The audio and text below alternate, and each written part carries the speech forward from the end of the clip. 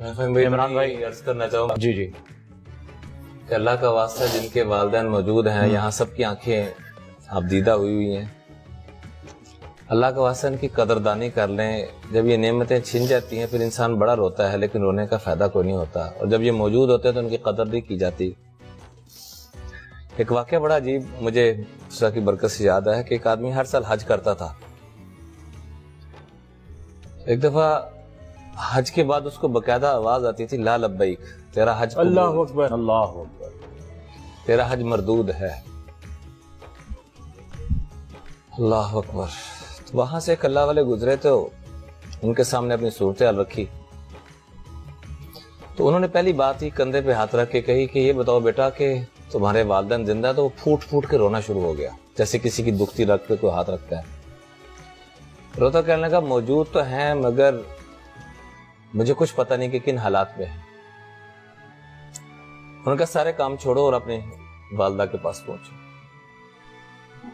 پہنچا گاؤں میں تو پتہ لگا کہ والد سسکیاں لیتا لیتا دنیا سے چلا گیا، اور جس بچے سے پوچھا کہ میں نے فلاں گھر جانا ہے کہ شاید تبدیل نہ ہو گیا ہو، بچہ کہنے لگا اس بد نصیب کے گھر میں جانا ہے جو اپنی اولاد کو ترستے ہوئے دنیا سے چلا گیا۔ اللہ اکبر۔ اور وہ خاتون اس کی جو بیوی ہے وہ بھی آخری سانسوں میں ہے۔ تو جب گیا تو ماں، فہمی تو دیکھیے گا ذرا، ماں سے ہمت نہیں ہو رہی، اکیلے دیوار کی طرف منہ کر کے نا اکیلے میں باتیں کر رہی ہے۔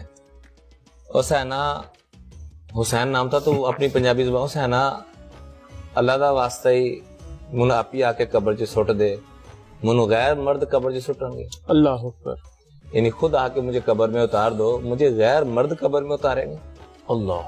اور یہ اکیلے رو رہی ہے، اور روتے روتے اب بیٹے میں ہمت نہیں ہو رہی، کرن بہن جیسے آپ میں ہمت نہیں ہو رہی بات سننے کی، ایسے اس بیٹے میں ہمت نہیں ہو رہی کہ وہ قریب ہو کے اپنی ماں سے لپٹ کے معافی مانگ سکے، لیکن بڑی ہمت کر کے آگے بڑھا۔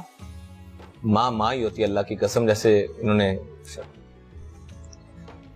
تو ماں کا سر اپنے سینے سے لگایا اور معافی مانگی کہ تیرا نافرمان بیٹا آ گیا، مجھے معاف کر دو۔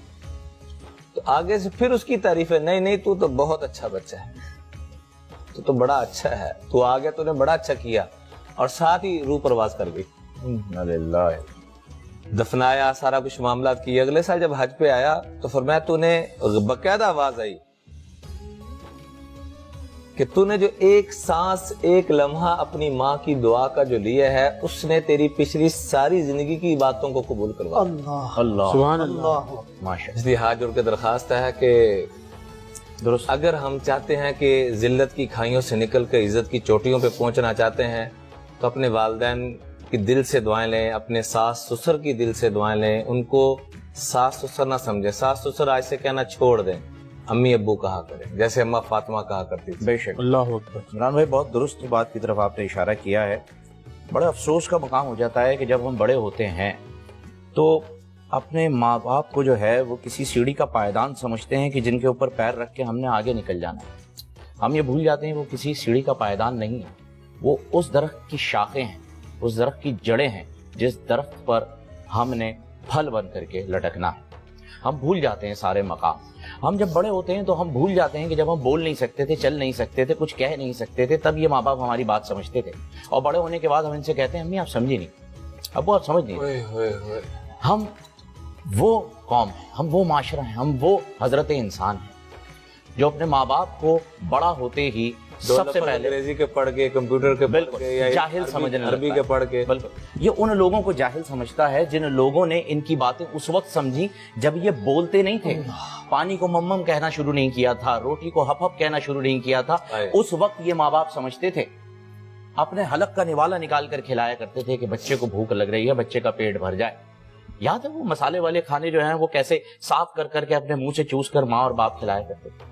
ہم سب بھول جاتے ہیں بڑے ہو کے، ہمیں قے آنے لگتی ہے جب یہ حرکتیں ہم دیکھتے ہیں بڑے ہونے کے بعد، بڑے افسوس کے ساتھ ہم نے بچپن اسی میں گزارا۔ جیسے قدسی میں یوں فرمایا وَجَعَلْتُ لَكَ مُحَبَّتَكَ فِي قَلْبِ وَالِدَيْكَ، بے شک، اللہ اکبر۔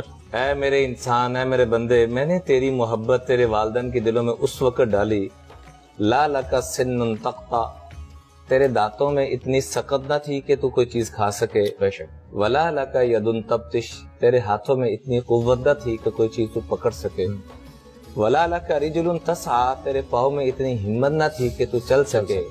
وجعلت لك عرقین رقیقین حار فی الشتاء وبارد فی الصیف، دو دودھ کے چشمے جاری کیے ماہ کی صورت میں، گرمیوں میں ٹھنڈا دودھ، سردیوں میں گرم دودھ، خود گیلے بستر پر سو کے تجھے خشک بستر پر، خود بھوکی رہ کے تجھے کھلا کر، آج انہی والدین کو سامنے کھڑا ہو کے کہتا ہے کہ آپ کو کیا پتا ہو.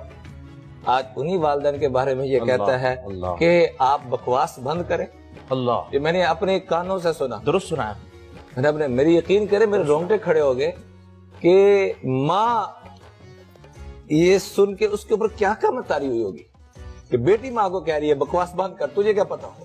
درست کہہ رہا ہوں، یہ ہو رہا ہے. یہ سب سے بڑا کائنات کا ظلم ہے. اور اس عدل پہ ہم نے سب سے پہلے، ہم جو بیٹھے ہم نیت کریں کہ آج کے بعد ہم اپنے والدین کے سامنے آنکھ اٹھا کے بات نہیں کریں. انشاءاللہ، آمین. خدا کی قسم، اللہ کی قسم آج ہم عہد کریں، خدا سارے کی ہم. قسم، ہاں، ہم سب سے پہلے عہد کریں آج کے سامنے، آج کے بعد ان کے سامنے آنکھ اٹھا کے بات نہیں کریں، آنکھیں بچھا کے، اور ان کی چارپائی پہ نہ بیٹھیں، جوتوں والی جگہ پہ بیٹھے. رب کعبہ کی قسم، بے شک میں نے ایسے ایسے لوگوں کو دیکھا جن کے اوپر ناحق قتل کے معاملہ چل پڑتے ہو. جیسے قبلہ مفتی عابد صاحب نے بڑی دکھ کی بات فرمائی کہ زندگی نوح چاہیے، فرعون والی حکومت چاہیے، قارون والا مال چاہیے، وہ ساری طاقتیں چاہیے، لیکن اللہ کی قسم میں نے دوست کو کہا جا کے ماں کے قدم چوم لے. جیسے آپ نے فرمایا نا، ماں کے قدم چوم کے نکلتا تھا 3 ماہ پہلے تک، بے شک. اور اب قبر مبارک پہ جا کے ماں کے قدم چومے، اور 22ویں گریڈ کا آفیسر، اور جا کے نیچے بیٹھ گیا.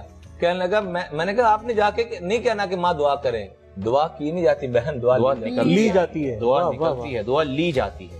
یہ دینے والا عمل ہے ہی نہیں، یہ لینے والا. کہتے ابھی پاؤں چومے تھے کہ ماں کی آنکھوں سے ٹپ ٹپ آنسو، اور ساتھ ہی غیبی نظام حرکت میں آیا.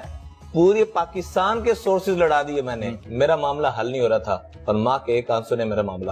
یہی تو ہے جی، ماں کا ایک